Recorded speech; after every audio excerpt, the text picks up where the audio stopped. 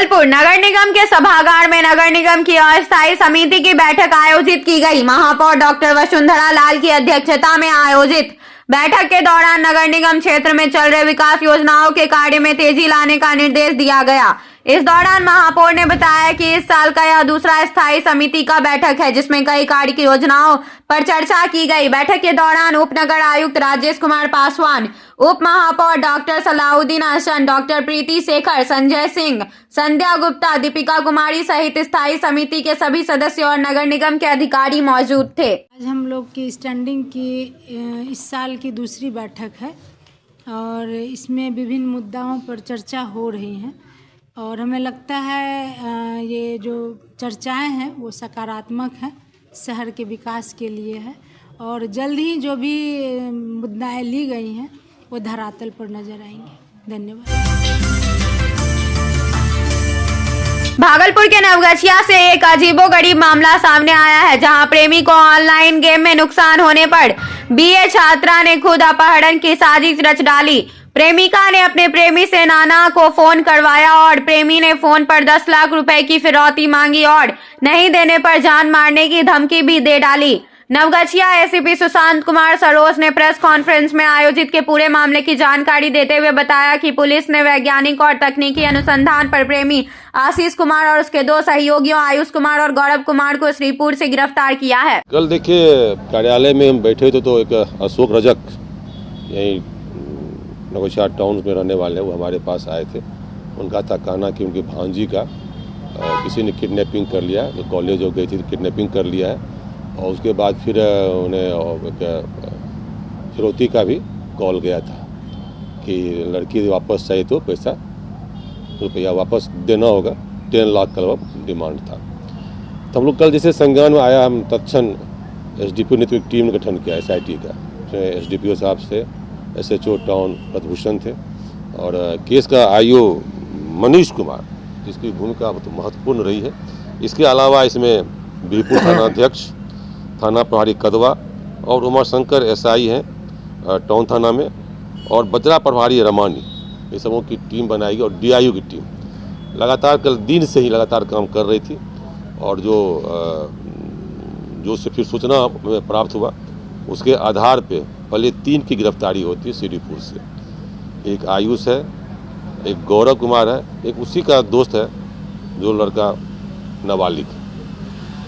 तीनों की निशानदेही पे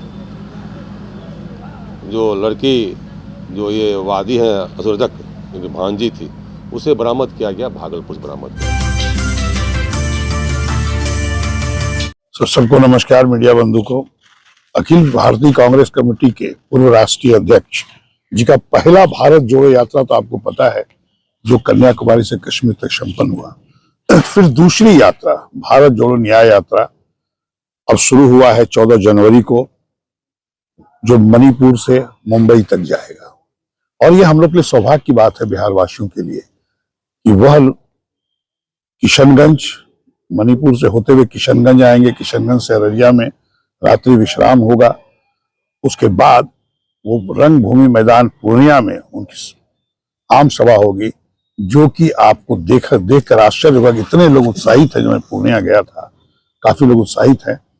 और देखिए असम के मुख्यमंत्री ने क्या किया।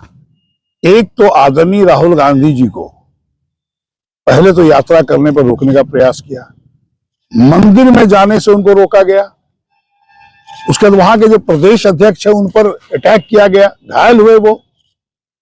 तो ये भारतीय जनता पार्टी के इशारे पर ये असम के मुख्यमंत्री काम कर रहे हैं। तो आपको बताइए जो भारत जोड़ो न्याय यात्रा है आदरणीय राहुल गांधी जी का, हम लोग पूरे जोर खोर से, तो बिहार के लिए बहुत गौरव की बात है, गौरवान्वित हम लोग महसूस कर रहे हैं। और फिर ये अररिया में राष्ट्रीय स्टे करते हैं, फिर रंगभूमि में आम सभा करते हैं, वहां से फिर कटिहार के कोढ़ा में जाके रात्रि विश्राम करते हैं। फिर दूसरे दिन फिर से उनकी भारत जोड़ो न्याय यात्रा निकल के बंगाल की ओर जाता है। मैं आपको बताऊं कि इस जो रंगभूमि मैदान में जो है और ये जो कार्यक्रम है उसमें हम भागलपुर वासियों से, सभी लोगों से आग्रह करेंगे कि आप लोग सभी लोग अधिक से अधिक संख्या में जाके कांग्रेस पार्टी को मजबूत करें, आदरणीय राहुल गांधी को सुने, जो कि भारतीय जनता पार्टी न्याय नहीं कर रही है जनता के साथ।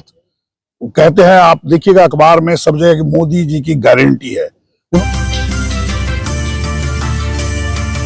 कांग्रेस भवन में भागलपुर जिला ओबीसी कांग्रेस के कार्यकर्ताओं के द्वारा स्वर्गीय कर्पूरी ठाकुर का जयंती समारोह मनाया गया, जिसमें पार्टी की महिला और पुरुष कार्यकर्ता शामिल हुए। सभी कार्यकर्ताओं ने स्वर्गीय कर्पूरी ठाकुर के तेल चित्र पर माल्यार्पण कर श्रद्धा सुमन अर्पित किए। इसको लेकर कांग्रेस ओबीसी के प्रदेश प्रतिनिधि राजेश रंजन ने कहा कि स्वर्गीय ठाकुर पूरे देशवासियों के लिए एक मिसाल थे। यह नेता के साथ शिक्षक भी थे। आगे उन्होंने कहा कि स्वर्गीय ठाकुर बिहार में 2 बार मुख्यमंत्री भी बने और इनका कार्यकाल इतना बढ़िया रहा कि इसलिए इनकी जननायक की उपाधि भी दिया गया था। जी का 101वां जन्म दिवस है और ये बिहार के लिए, पूरे देश के लिए बहुत ही प्रसिद्ध व्यक्तित्व है। छवि उनकी बहुत ही विशाल है। वो एक राजनीतिज्ञ भी थे, शिक्षक भी थे और समाजसेवी भी थे। इसके साथ साथ स्वतंत्रता सेनानी भी थे। वो देश के, बिहार के पहले उप मुख्यमंत्री, जो कि दूसरा बार बने थे और 2 बार मुख्यमंत्री रह चुके हैं। और उनकी लोकप्रियता ये कहती है कि उसके लिए उन्हें जननायक की उपाधि दी गई। उन्हें जननायक कह के संबोधित किया गया, जिसे आज भी जननायक का उपाधि के साथ साथ उनका नाम लिया जाता है कि भाई अगर कर्पूरी ठाकुर जी हैं तो वो जननायक हैं। इसलिए पूरे बिहार उसको बहुत दिल से, हृदय से आभार व्यक्त करती है कि वो हमारे देश, हमारे बिहार के अच्छे नेतृत्व करता थे। भारत रत्न घोषित किया गया रात सामने कर, ये बहुत अच्छी बात है। अगर भारत रत्न दिया गया है तो इसे सम्मान करना चाहिए। वैसे व्यक्तित्व थे कि उन्हें मिलना चाहिए। भागलपुर राष्ट्रीय बालिका दिवस के अवसर पर बालिका सम्मान उत्सव समारोह भागलपुर के कला केंद्र में समग्र सेवा के द्वारा किया गया, जिसमें छात्राओं के साथ अभिभावक भी मौजूद थे। जिसमें सम्मान समारोह में 10 बच्चों को सम्मान भी दिया गया। समग्र सेवा के शशि ने बताया कि आज वैसे 10 छात्रों को सम्मान दिया गया जो शिक्षा पाने में असमर्थ हैं। आगे भी समग्र सेवा के द्वारा बच्चों को इस तरह का सम्मान दिया जाएगा। दिवस के शुभ अवसर पर हम लोग बालिका शिक्षा सम्मान उत्सव कार्यक्रम मना रहे हैं समग्र सेवा के द्वारा। इसमें है क्या कि वैसे बच्चियों को हम लोग 10 बच्चियों को सम्मान करेंगे जो विषम परिस्थिति में पढ़ाई किए हैं या फिर मैंने शिक्षा के मैंने कहा जाए तो चीज़ों के अभाव में वो पढ़ाई किए हैं और जाकर के कहीं ना कहीं वो मैट्रिक या मैट्रिक से ऊपर की पढ़ाई पूरा कर पाई हैं। इसका मेन उद्देश्य क्या है? देखिए, यहाँ पे हम लोग एक संस्था समग्र सेवा से हैं और समग्र सेवा विभिन्न क्षेत्रों में काम कर रही है। एजुकेशन के लिए हेल्थ के ऊपर काम कर रही है, बालिकाओं के शिक्षा के ऊपर काम कर रही है। और हम लोग यहाँ पे भागलपुर के अभी 10 ब्लॉक में हम लोग जो है इंटरवेंशन करेंगे बालिकाओं की शिक्षा के ऊपर।